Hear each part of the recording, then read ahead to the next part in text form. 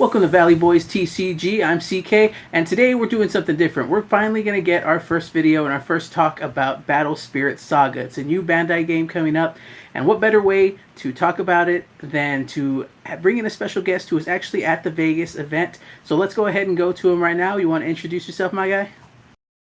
I'm Reese DeMott. I run the channel OddEYES Lumia.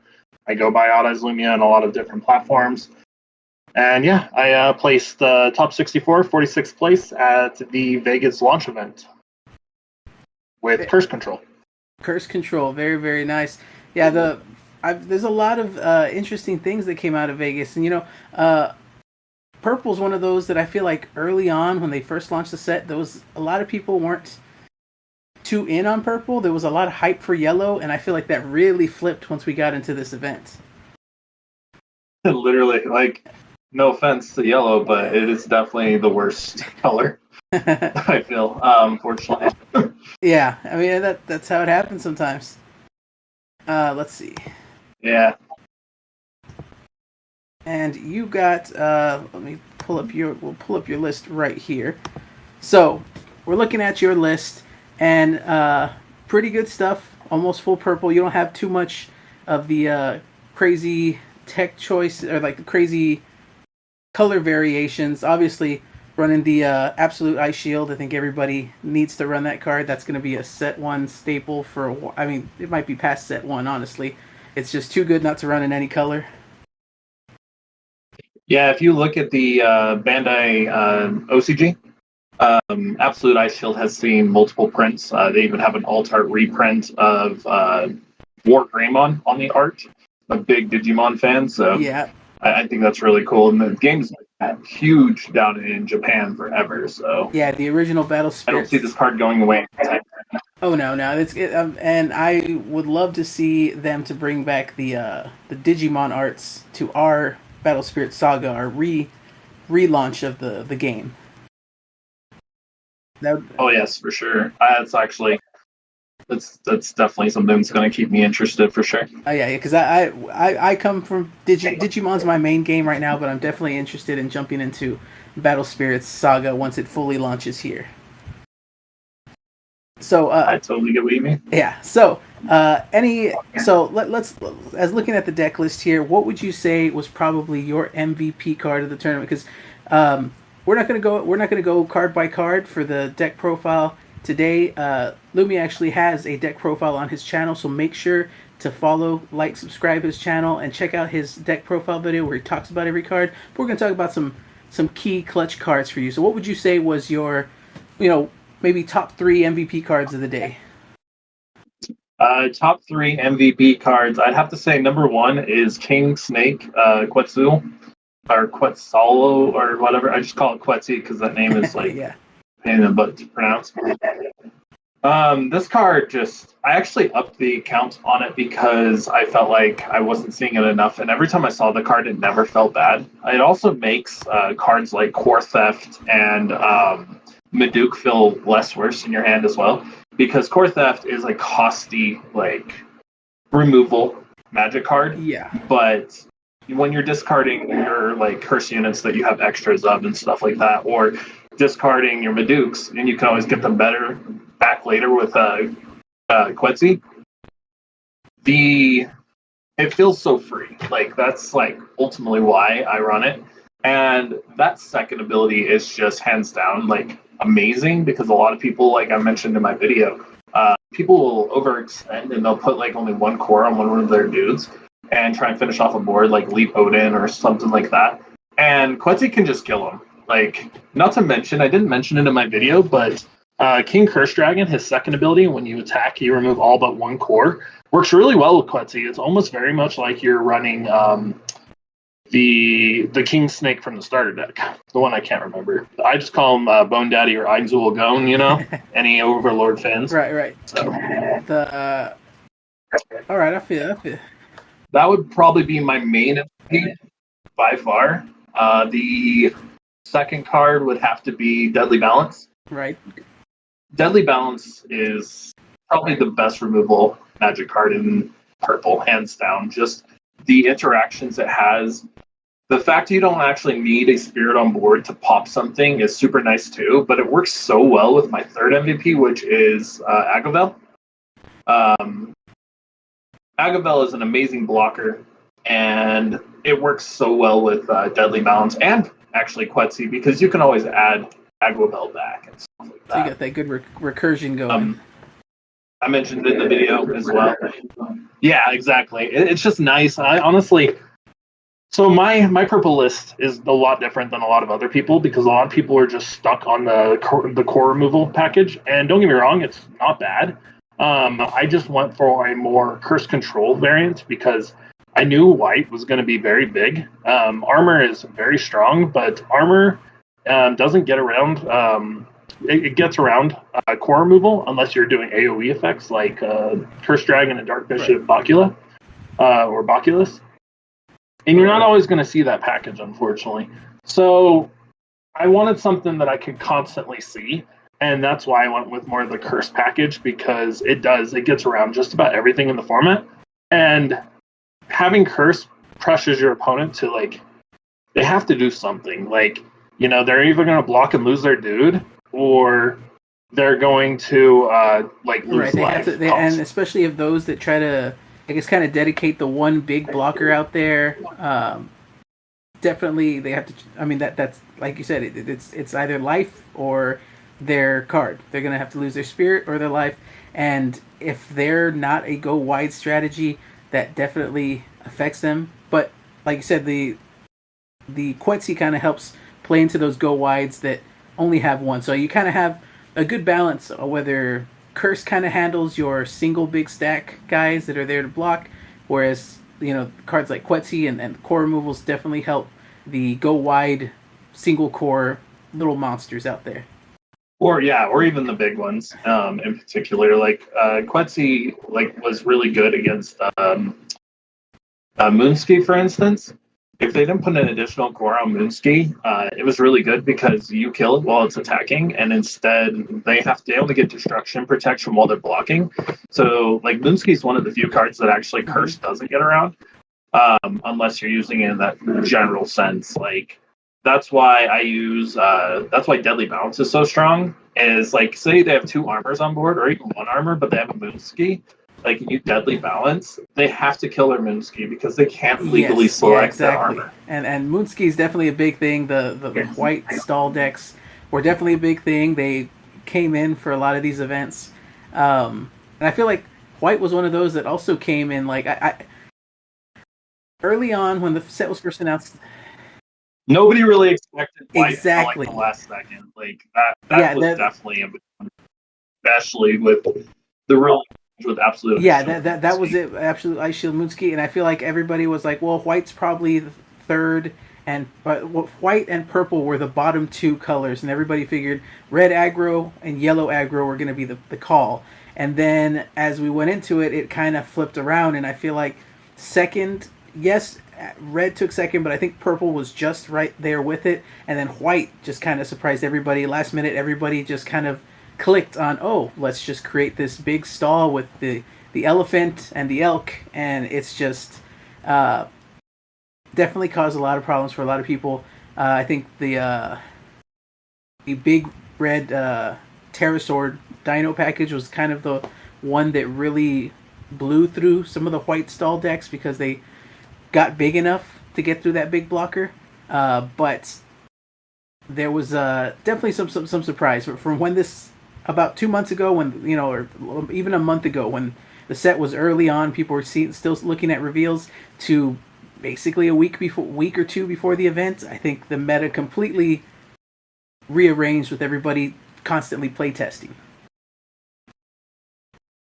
Oh, 100%. Like, I've been playtesting for like the last 2 months. My buddy Awesome Shadow, he got me into this game, and that's the products I use to build the deck and everything. But I've been playing on TTS with him for months now, and he could never beat this curse deck. Like, we play test every single matchup, and he could not beat this curse deck. Like, the hardest matchup for me was Elephant Control, but like, sideboarding Dream Bombs in just answered that for me.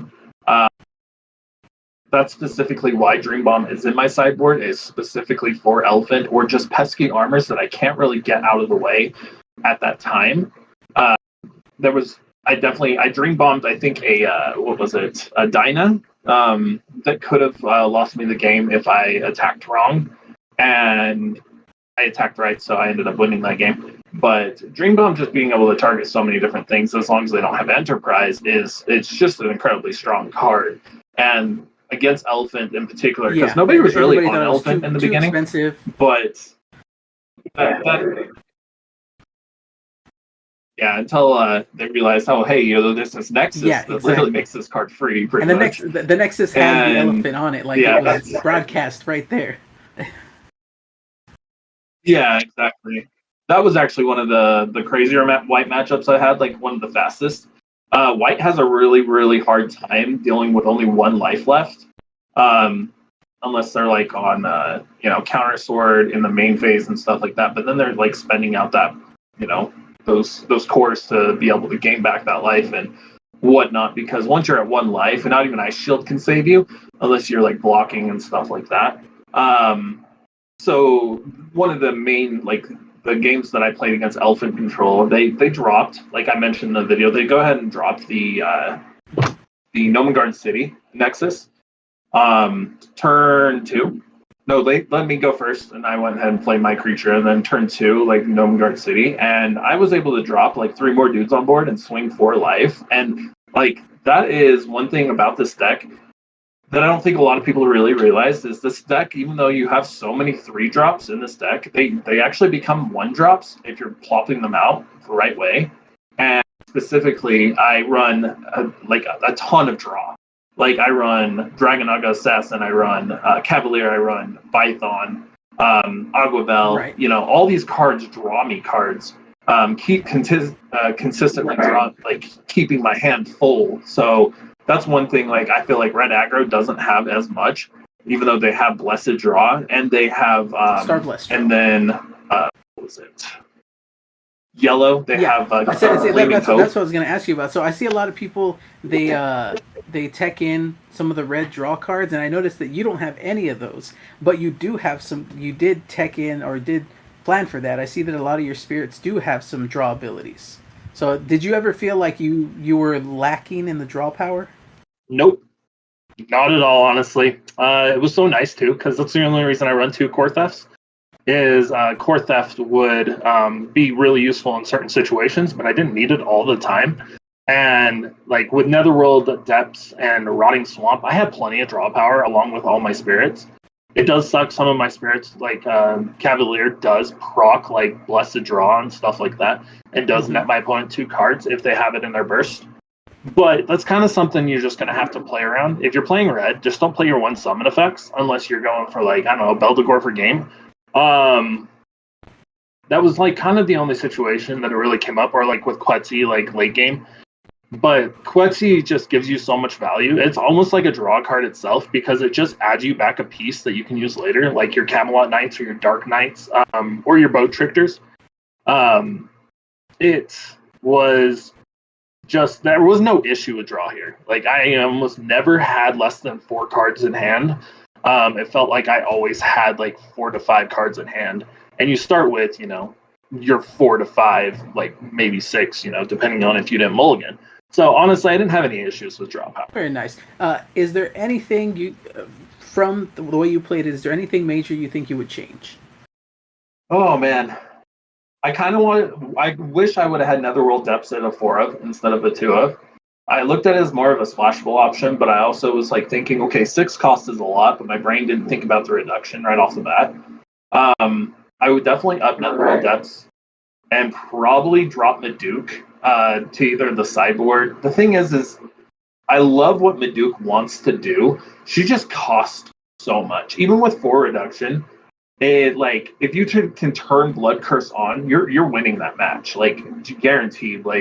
I turned it on against a white player, and it definitely it shut them down for a minute. The problem was I lost to the Ice Shield Moonski shenanigans. Yeah. Which, that happens. There's nothing we can really do about that. And I still think that's a really stupid interaction because they did lose life. But according to game mechanics, it's start of turn, end of turn. Yeah, and I think it's more of like process. a miss, I guess, texting or a misdescription. They should have, I guess, texted the cards better, saying that if you, I guess it becomes too wordy to say that if you end the turn with the same amount of cores that you started with the turn with, then you draw one of theirs, as opposed to if you didn't lose life. I guess it should say, it should have read, Moonski should have read something like if your amount of life didn't change, or, well, because it does change. If your amount of life is the same as start a turn or something like that, but to make it fit on the card, I guess, was too wordy. But that ruling that says that Ice Shield does work for that definitely changed, and I think that definitely benefited White going into this event. Yes, I definitely think it did too. And it's such a last minute change. We were literally on the road when we got the errata. Or not the errata, but the Q&A. We were like, are you kidding me? Like, we were finding out because I was wondering about the interaction between Maduke and Alice. That was one of the big questions. And Awesome Shadow is a level 1 judge, and he was with us. And Maduke, not being, having only one instance of, curse removed, blood curse before it dies off, it definitely made the card worse, I feel like, because if you're at 6k and you draw, have a board and your opponent exhaust nexuses you or burning forces you, your little guys and stuff like that, that can matter because of her blood curse ability. It would have recurred multiple times with Maduke in the exhaust nexus situation, because she's always going to have that 0 DP BP when you try to when the board checks, and it's going to continuously activate her blood curse ability, which could honestly spell end, the end game for your opponent. And the fact that they once and was okay, it's not a number of instances, or it's just one instant, really did kind of nerf those two, Alice and Maduke. Because you never wanted the exhaust nexus in Alice, or you never wanted the exhaust nexus a Maduke, because it was just game over. Like I was saying, Maduke, I feel like would just be one of the few cards I'd probably cut down to 1 or 2. 3, just I did see her a little too much, and I didn't mind because I had stuff to discard off of core theft and stuff like that. And she was a fantastic side out for what I needed. If I was going against Whiteboard White or red aggro and stuff, the Boculus curse package, Curse King package came in. It was just way too good not to. Even against Fola, you can deadly bounce their Fola, and depending on what they have on board and stuff like that, or deadly balance their Fola, and then now Fola is not protecting them from the Curse King Bishop combo. So that's probably one of the few cards I would definitely take out. Other than that, I really liked how the deck played. Having all these level 1 curse units was really strong, Okapandel, Bowtrichter, and Camelot Knight. So there's not a whole lot I would change, especially being a 50 card deck. And it's definitely not your normal purple deck. It definitely caught a lot of people by surprise. I actually got told a few times, you have a lot of balls to play Maduke and stuff like that. And they're not wrong, but Maduke is a house. If you drop a Maduke, you're more likely. I wanted to bring that up. So it's just really hard to get her out. This game, you can kind of choose between 50 to 60 cards. I mean, you felt comfortable at the 50, right? Yeah, I was looking more consistency numbers. So I felt comfortable with a lot of 3-ofs and 2-ofs and stuff in a 50 card deck, and then a 60 card 4-card deck, because there's a lot of stuff I want to see, but I don't want to see a lot of the same cards. And so certain cards that I didn't want to see, obviously Beldegor in the beginning, because Beldegor is great, but it's a horrible turn 1 drop. And other Python or Abgavel, those are all really fantastic turn 1 drops. And Cavalier, I wanted to see them kind of either in my draw or my late. I didn't want to see them coming into my my turn. So that's why I specifically ran them in the ratios I did. Yeah, and it worked out. Like I really did like the ratios, and very rarely did I ever have any issues. Seeing Dragonaga Assassin a lot was quite it was a pain. I'm not gonna lie. That card is good. Don't get me wrong, but I would rather have Agwavel over Dragonaga Assassin any day of the week.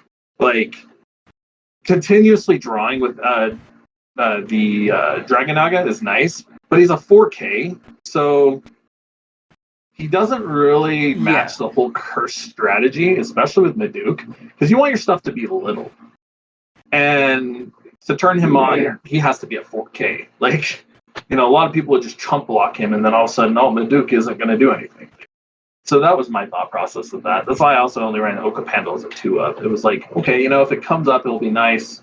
But like cards like Bow Trickster or Agavel, that was a different story. Definitely Camelot Knight. That card is really good. So what would you say was your easiest matchup and your hardest matchup? Oh, okay. That's Yeah. My hardest matchup was Pterosaur, just because of how hard they rush. As I mentioned in my video, like I got screwed in the repairing. I had like the answer for the Pterosaur board. Like I had Agwavel, 2 Deadly Balance, and 3 Ice Shields. Like I was like, I am set, no worries. And he dropped his entire hand and like went swinging. And I was like, okay. And he was like, so like I dropped my entire hand, and then we got to repairing. He's like, so what were you gonna do? And I was like, showed him my hand. He was like, oh yep, do it.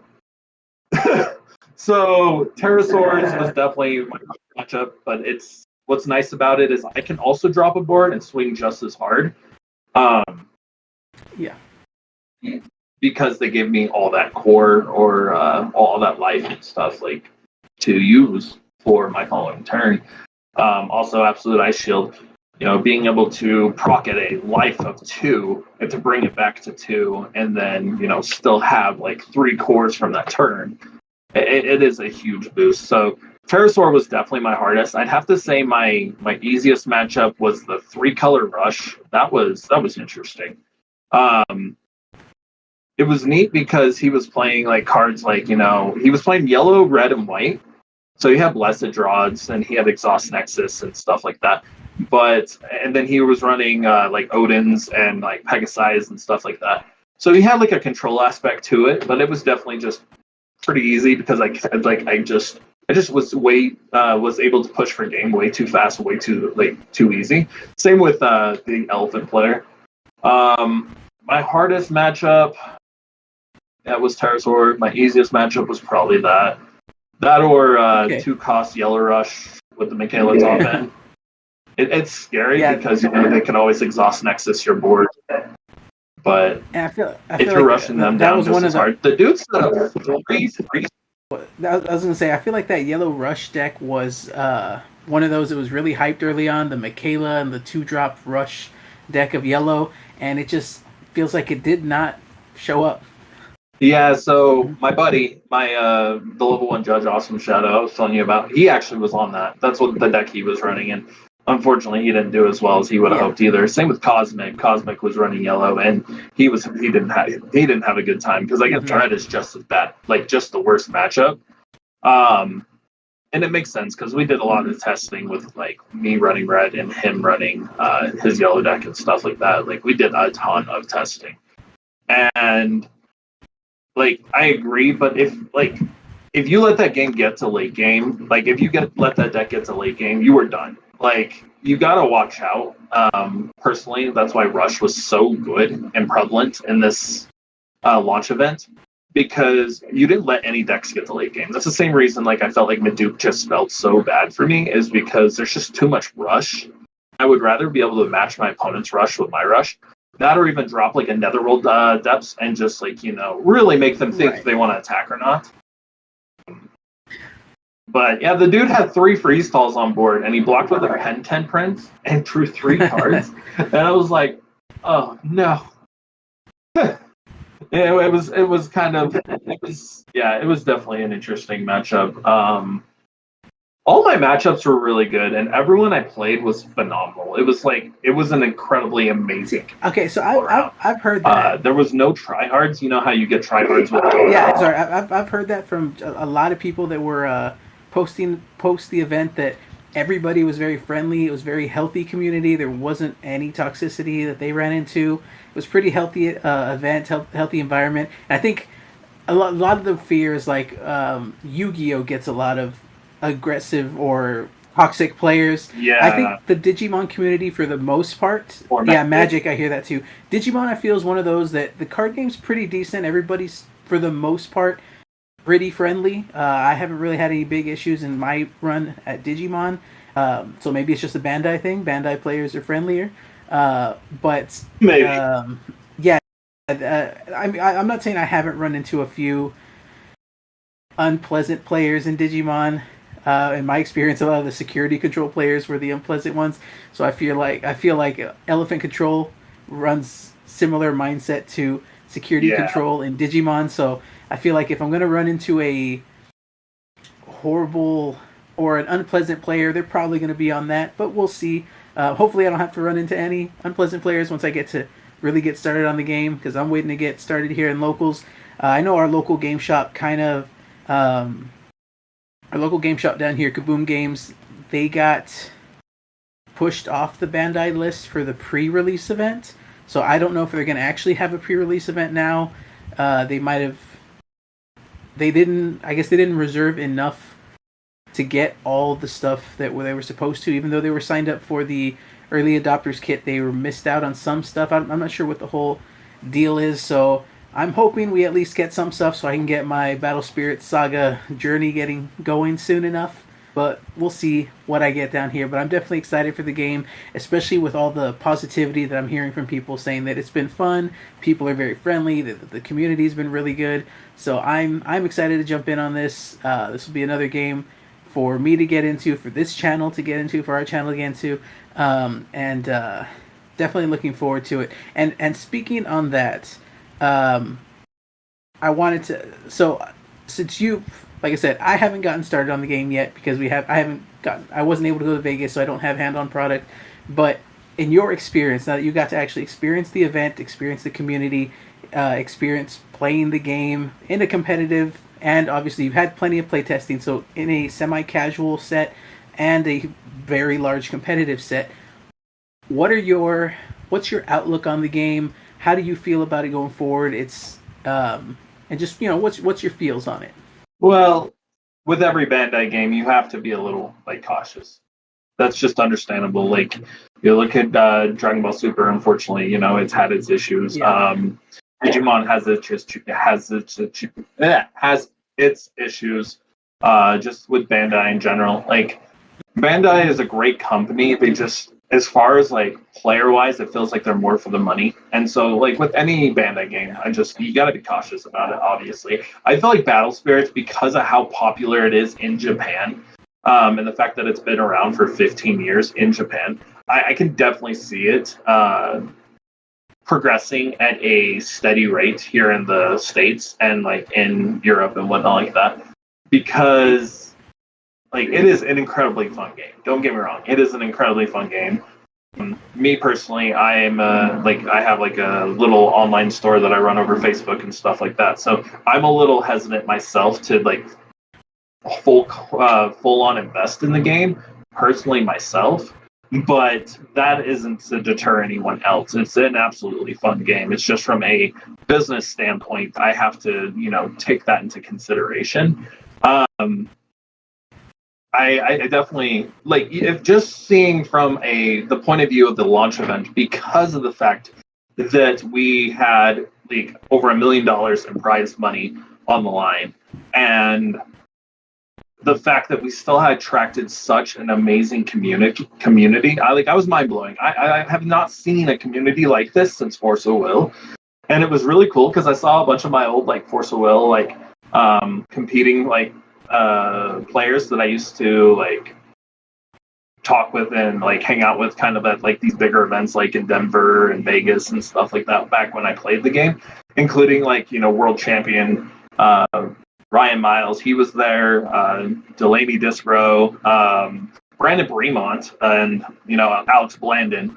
All these are really like prevalent names in the Force of Will community back when I used to play, and it was really cool to see them there and still like have such like there was literally like no toxicity. Like I think there was one person that kind of like jumped at my friend just because of an interaction. Like there were some people that were trying to make people like forcibly pass the flash stage, which you legally can't.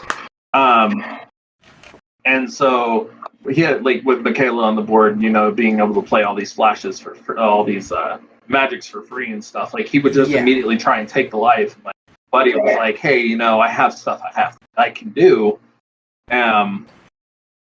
That was the only instance I could see. So yeah, obviously watch out for that. But all in all, I think the game in general, I could definitely see it progressing. I can definitely see it doing good things, like keeping up with maybe even Digimon, and Dragon Ball Super when it was at its prime. So yeah, and like casual wise, like there was a guy who was doing really well with just the demo deck. Like, yeah, it was kind of crazy. Like, yeah, like that's pretty awesome. Demo deck, and like I think he added like, a few extra cards. Like it's like a very inviting and very like easy way to get into the game. Because Bandai provided all these demo decks. They were like, "Oh, you don't have a deck? That's cool. Here, take some demo decks and make yourself a deck." And some dude was doing really well. He made it to round 4 undefeated. Wow. And then unfortunately got hit. But like that's how the deck was just really strong. Yeah, that's pretty awesome. That's good to know that yes, there's obviously these very strategic builds and all this craziness that you can build with it as if any card game, but somebody picking up some casual pieces can still compete.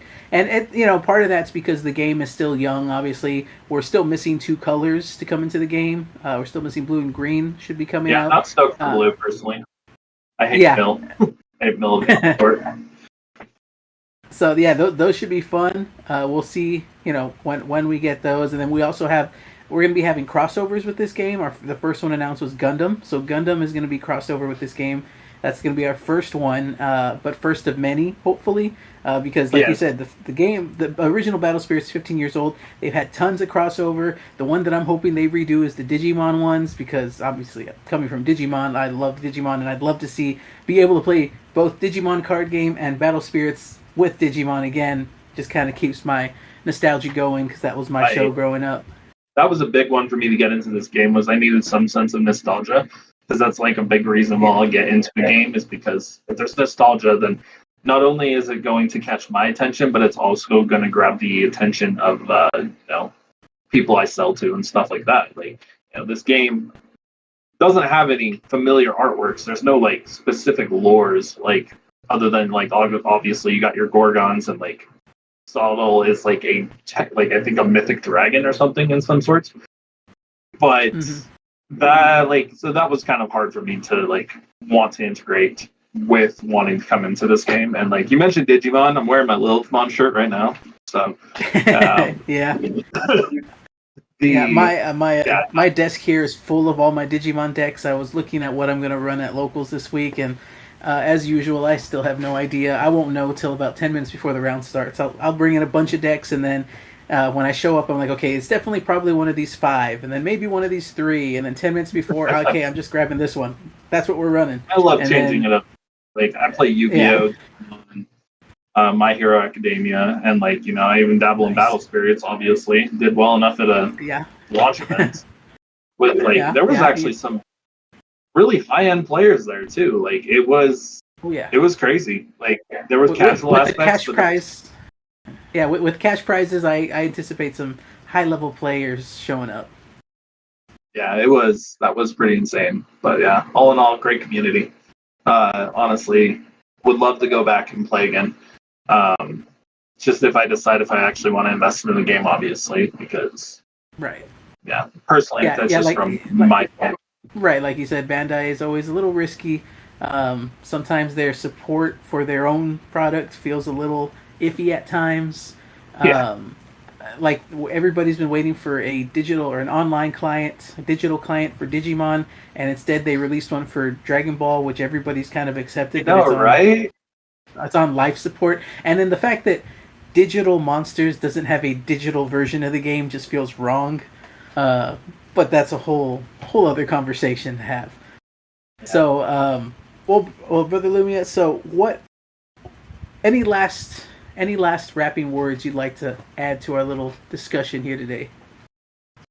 Well, definitely go check out my channel. You know, even if you're not into like Battle Spirits, like there I have Yu-Gi-Oh, Digimon, My Hero Academia, and stuff like that. And I also have my Battle Spirits video up there. And I definitely want to see about putting up some gameplay and like some possible like product openings in the future. It just all depends on like one. I probably go through my buddy Awesome Shadow because he wants to heavily invest in the game. Already has. He dropped $1,000 on this trip, and it's and so but I definitely recommend you guys check it out. I definitely recommend the game as a whole. Is just it's also pretty affordable. Like Ice Shield is probably one of the more expensive cards. But like you could take Medukes out of this deck and still probably do just as well. I definitely recommend you keep the Curse King Oculus in the sideboards though, because AoE effects are just incredibly strong in just about everything you play. Against the red player, I dropped one on him and I netted 5 cores off of the Oculus Curse King combo and board wiped him. So, but yeah, it's a really fun. So far, toxicity-free game, and I definitely recommend everyone go check it out. That's awesome. Well, OddEYES Lumia here. Thank you for coming on. Thank you for chatting with us, giving your little insight on BSS. Good luck in the future with the rest of the card games you have going on. Like I said, you've got a couple under your belt, so jump around. Hopefully we'll run into each other in some Battle Spirits, hell, even Digimon regionals, any of those events. Maybe we'll cross paths on some of these, hopefully in the future, and we can always have another discussion about any card game, honestly. But today, we're talking Battle Spirits, just to get us started, have something to look forward to. So again, I want to thank OddEYES Lumia for being here with us, and I want to thank you all for joining us on this video. Make sure to follow OddEYES channel over here. We'll have the link in the description, and thank you for joining us. Hope to see you guys in the next one.